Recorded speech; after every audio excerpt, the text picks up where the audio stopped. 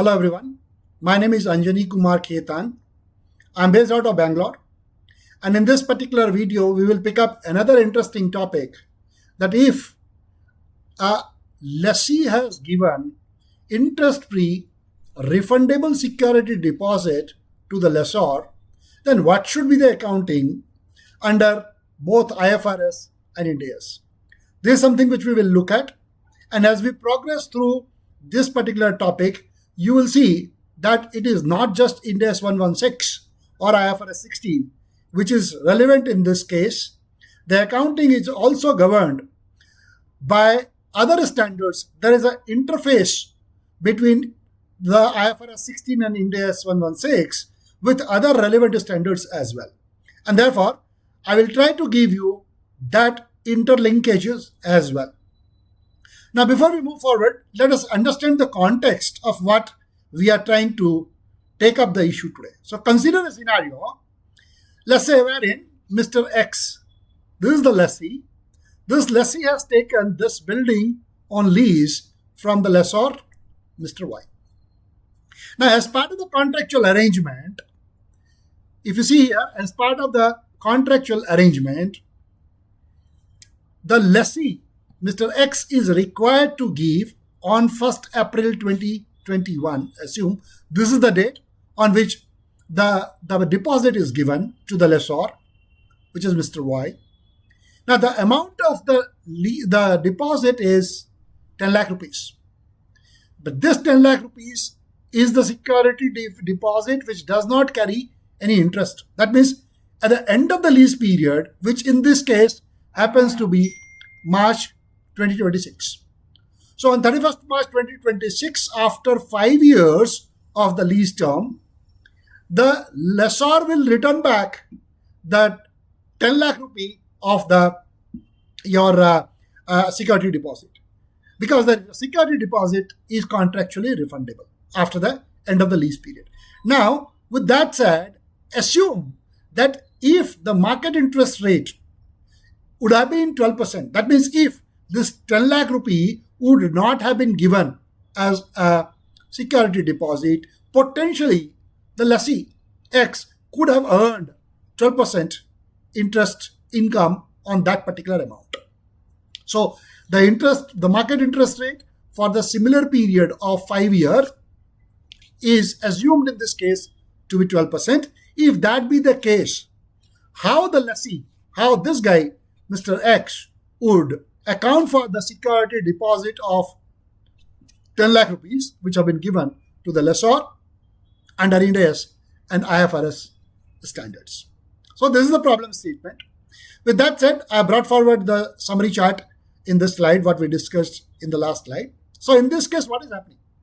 The lessee is required to give the deposit, but the deposit doesn't carry any interest, as we have seen. And therefore, if presume that this money, if X would have given this money, let us say to a third party, then because the market interest rate is 12%, he would have fetched interest at the rate of 12% per annum. That he would have got.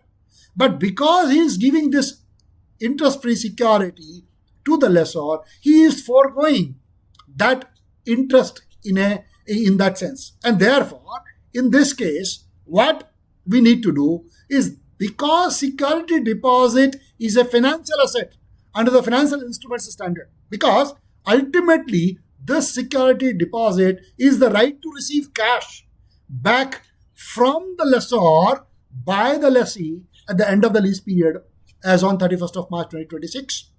So therefore, this security deposit meets the definition of financial asset as given in Ind AS 32 as well as IAS 32 in the IFRS world. And therefore, if you look at the financial instruments standard, Ind AS 109 and IFRS 9, the initial measurement requirement under the IFRS 9 and Ind AS 109 is that if there is a financial asset, that at initial recognition, that financial asset is to be measured at its fair value. And therefore, the lessee would be required to arrive at the fair value of the security deposit given by applying the market interest rate of 12%. Therefore, the lessee will need to discount the 10 lakh rupee amount for a 5-year period at the market interest rate of 12%. So how it will all happen? See on the right hand side. So in this case, amount of security deposit given contractually is 10 lakh rupees. Lease term is 5 years. And the contractual rate is 12%. Therefore, at 12% rate for 5-year period, what would be the present value interest factor? That will be applicable in this case. In many of the other videos, I have already explained to you. But if you look at how this number is computed, it's simple. 1 divided by 1.12. 12 is your 12% is your interest rate to the power 5. This, if you compute this number, this will give you the present value interest factor number of 0.56743. So therefore, a deposit of 10 lakh, the present value of that security is only 5,67,427. How this number has been arrived at? It is nothing but 10 lakhs multiplied by the present value interest factor. So if you multiply these two numbers, you get this, A into C.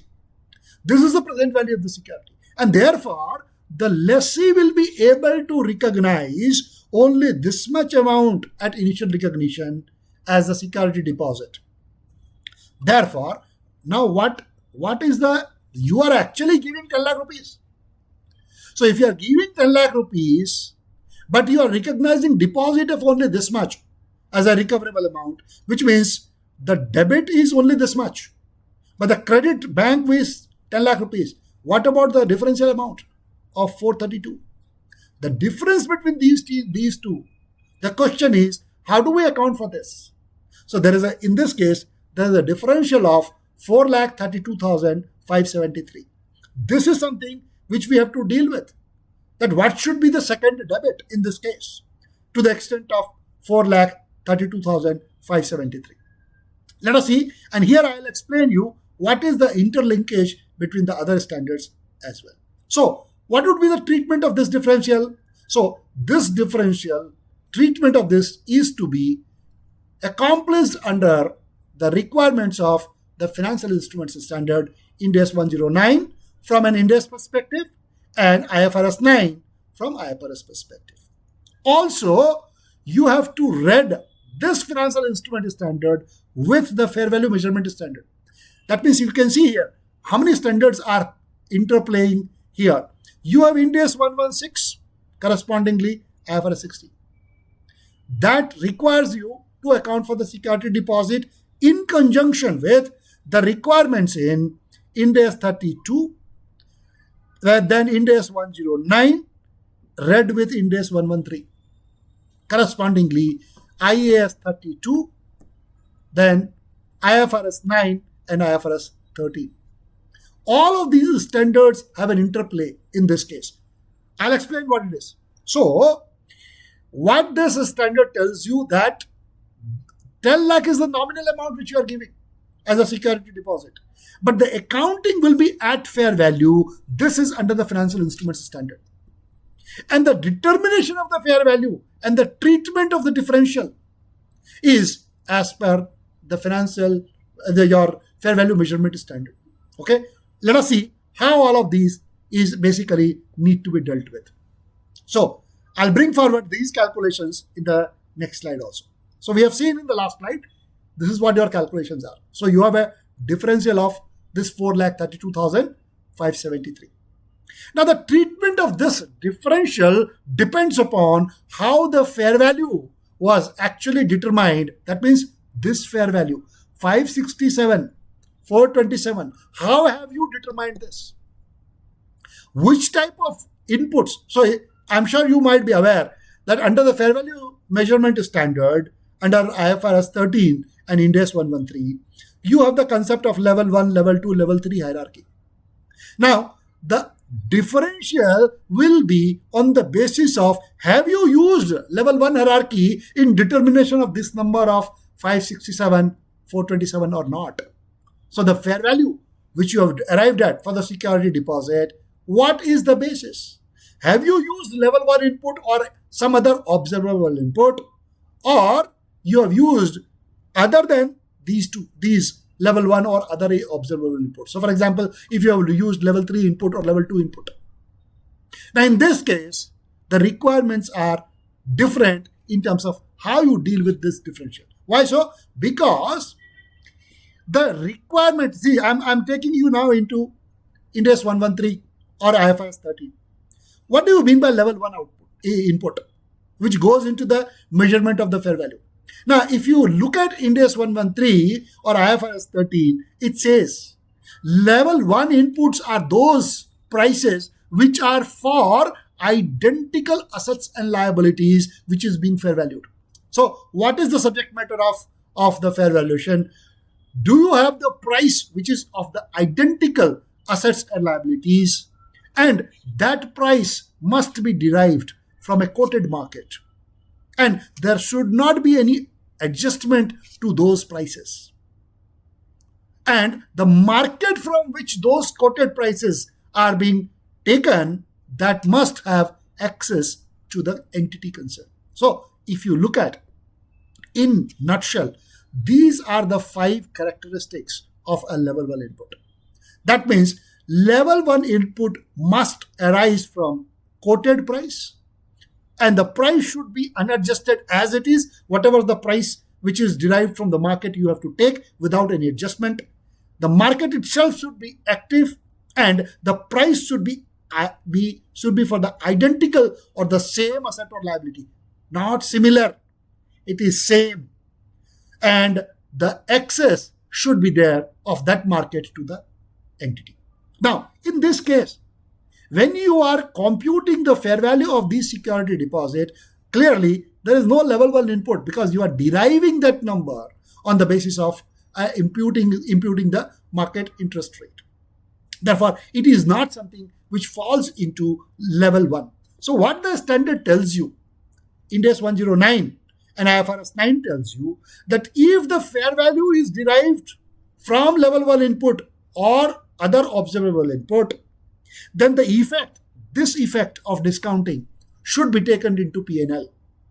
But if you are not using these inputs, rather you are using other inputs, then it should be to P&L unless it meets the definition of an asset and liability. I'll explain this concept when we go to the case study to explain this concept. So in this case, considering that the level 1 input is out of question, what we have applied in computing this fair value, therefore, you will either recognize in P&L unless this amount of 432,573 meets the definition of asset and liability. For example, prepaid lease rental. Now, I will also take you through what is the definition of right of use asset under Ind AS 116. So there is a lot of interplay between 116 or IFRS 16 and the financial instruments standard. So if you see here, what is happening essentially in this case is that by giving this 10 lakh rupees, whose fair value is only this, that means to the extent of this amount, the lessee is foregoing the right to, otherwise that would have, he would have earned interest. And therefore, this amount can be reckoned as if it's a prepaid rental which has been paid by the lessee to the lessor. So, in this case, the day one difference between the value of the deposit, what is the value of the deposit? This is 10 lakh rupees. The difference between the value of the deposit and the fair value, which is 567. So, the difference between these two numbers representing this 432, 573, this actually represents interest lost. It's an opportunity which you have lost by giving upfront security deposit, and therefore it is akin to prepaid lease rent which the lessee has given to the lessor, and therefore this differential can be recognized as a prepaid lease rental asset by virtue of the requirements given in the financial instrument standard Ind AS 109 and IFRS 9. So that's where you can see there's an interface between these two standards. Moving forward. Now, if you look at the definition of right of use asset in Ind AS 116 or IFRS 16. So, ROU asset not only consists of the lease liability which you would have determined, it also includes the element of prepaid lease rental. That means this 432,573 would be included as part of the carrying amount of ROU asset when you are giving the security deposit, which is interest free but which is refundable at the end of the lease period. I'll explain this concept and the accounting with the help of a case study in the next couple of slides, wherein you will see how we do this calculations and how your ROU gets accounted for, and how the lease liability schedule basically will look like. Let us see further by way of a case study. I'll continue the same example here. Now, in this case, what is happening? So I brought forward the calculations which we did in the previous slides. So therefore, this is the carrying amount of your, I told you, right? This is the nominal amount. You will record the security deposit only at the fair value, because Ind AS 109 or IFRS 9 tells you at initial measurement, you have to record security deposit only at fair value. Therefore, when you are giving 10 lakh, your journal entry is security deposit, which is receivable only to the extent of 567,427. Credit bank of 10 lakhs. The differential debit of this amount will be prepaid lease rental. This prepaid lease rental, as I said, will be part of your ROU asset. So you will capitalize or increase your ROU asset capitalization to the extent of 432,573 when you are recording the underlying leased asset. And therefore, how your lease liability schedule, that means this amount, the security deposit, how the security deposit schedule will look like. Since you have recorded only this much, your opening balance of security deposit in your books is only 567,427. So what you need to do now, because at the end of the 5th year, you will get back 10 lakh rupees back from the lessor. And therefore, you have to do unwinding of the interest at the 12% rate which you use for discounting. Therefore, during the 5-year period, you will have interest income to be recorded such that the interest income collectively, and I'll explain this calculation, this collective amount of interest plus the opening security deposit together, if you add these two numbers, it will become 10 lakh rupees. And this is the 10 lakh rupees which you will get back at the end of the lease period from the lessor. So, how the calculation works? So, you will start with this amount as your opening balance of security deposit. Then, 12% of this amount will be your interest income for the first year. This you have to record in the P&L credit as the interest on security deposit. And therefore, at the end of the year, because of course you are not receiving any cash, because cash you are getting only at the end of the 5th year. So therefore, this plus this will be your carrying amount at the end of year number 1. So at the end of year number 1, your carrying amount of the security deposit is 635,518. Thus, that becomes opening for the year 2. Now, again, you will compute 12% of interest on the opening balance of 635,518. 12% on this basically will be 76,262. Therefore, at the end of year number 2, sum total of these two will be 711,780, and that amount is your closing balance of the security deposit at the end of year number 2.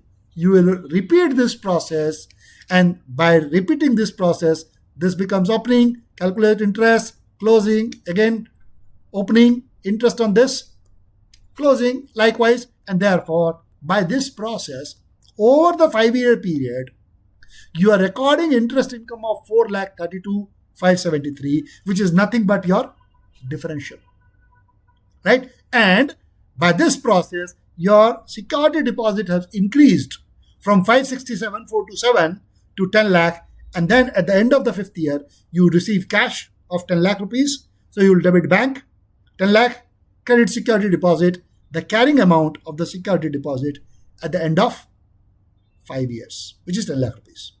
Right? But then don't forget about the fact that this amount is included being a prepaid rent as part of the ROU asset at initial recognition. Because under Ind AS 116 and IFRS 16, one of the component of ROU asset includes is the prepaid lease rental, which in this case, this is akin to prepaid lease rental.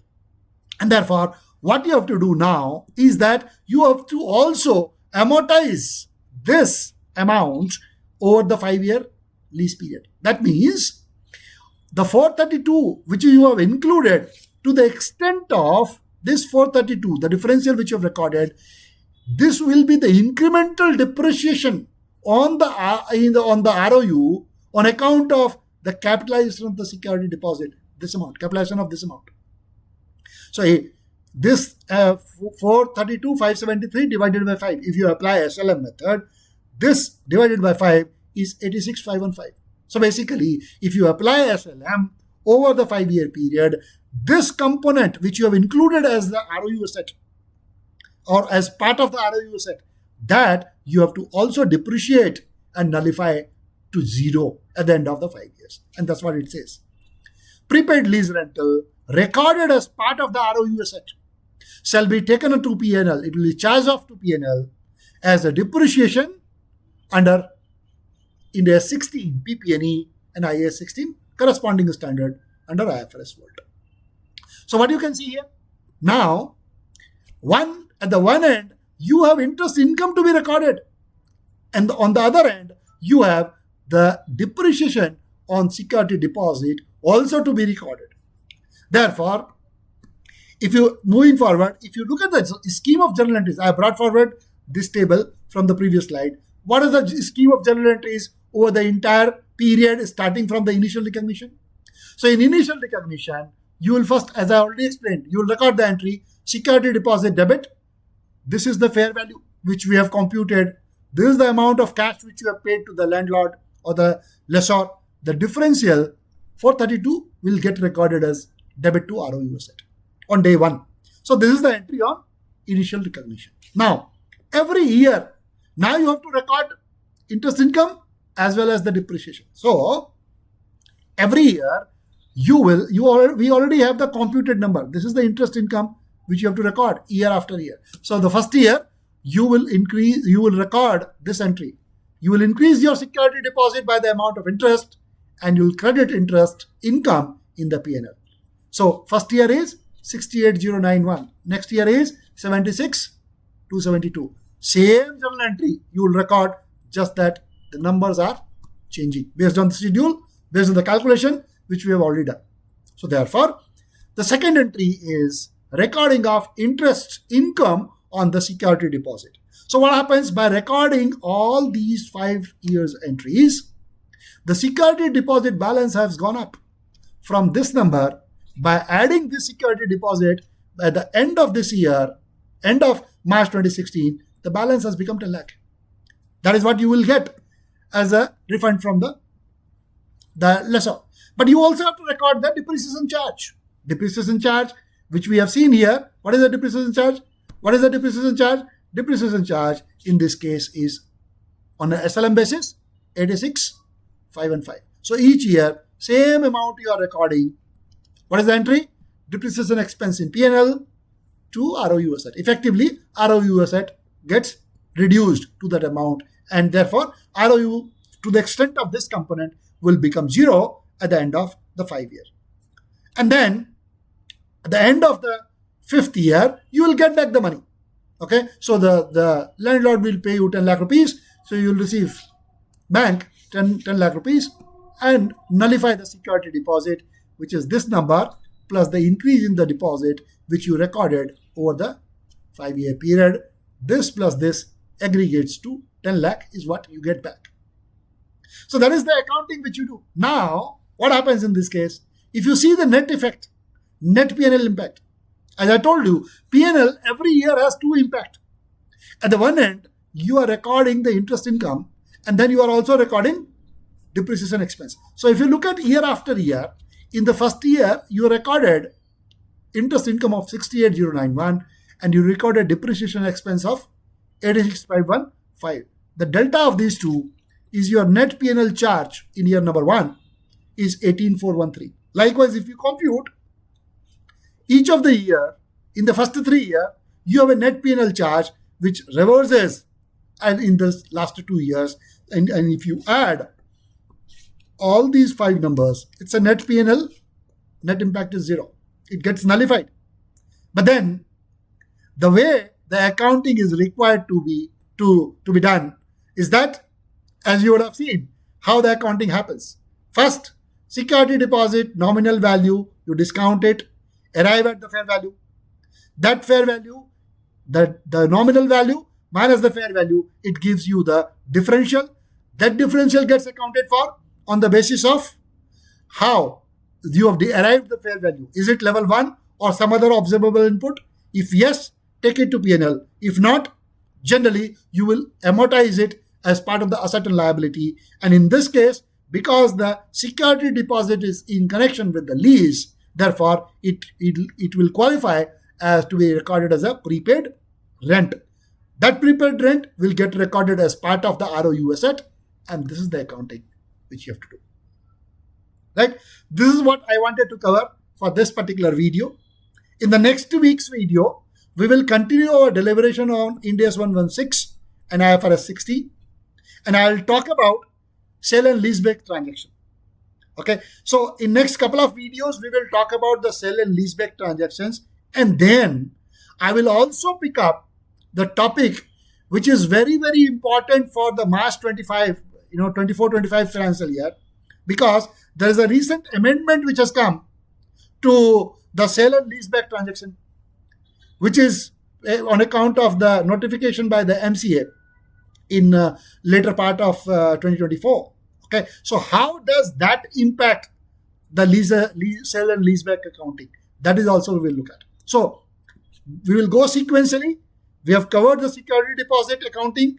Next couple of videos, we will look at sale and leaseback, and then we will say, after seeing the regular or normal requirement of sale and leaseback accounting, what are the amendments which have come, and that will complete the entire cycle of our discussion on sale and leaseback related transactions. Right? This is what I wanted to cover for this particular video. This is the link of my YouTube channel, and this is basically the LinkedIn page. Please connect with me. Do subscribe to the channel. Comment, share to whomsoever you think they are in need of this kind of a content. I hope you are liking this particular these type of content which I have started putting up on the YouTube channel for the last 6 months or so. Thank you for your patience and your paying attention. I'll see you in the next video. Thank you. Bye for now.